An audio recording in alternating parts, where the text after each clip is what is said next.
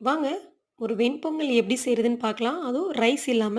என்னங்க ரைஸ் இல்லாம எப்படி வெண்பொங்கல் செய்றதுன்னு யோசிக்கிறீங்களா? இன்னைக்கு அதுக்கு பதிலு நம்ம புரோக்கன் வீட் எடுத்துக்க போறோம். அதாவது உடைச்ச கோதுமை.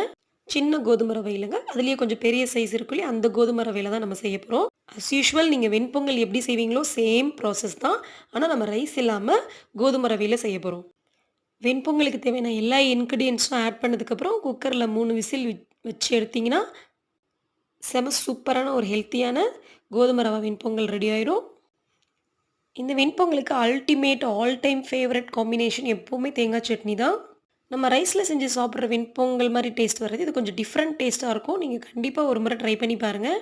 எப்பவுமே டின்னருக்கு இட்லி, தோசை, சப்பாத்தி அப்படி போர் அடிச்சிருச்சு. டிஃப்ரெண்ட்டா ஏதாவது சாப்பிடணுன்றவங்க கண்டிப்பா இத ட்ரை பண்ணி பாருங்க. நீங்க ட்ரை பண்ண போறீங்க அப்படின்னா, கண்டிப்பா லைக் கொடுக்க மறக்காதீங்க.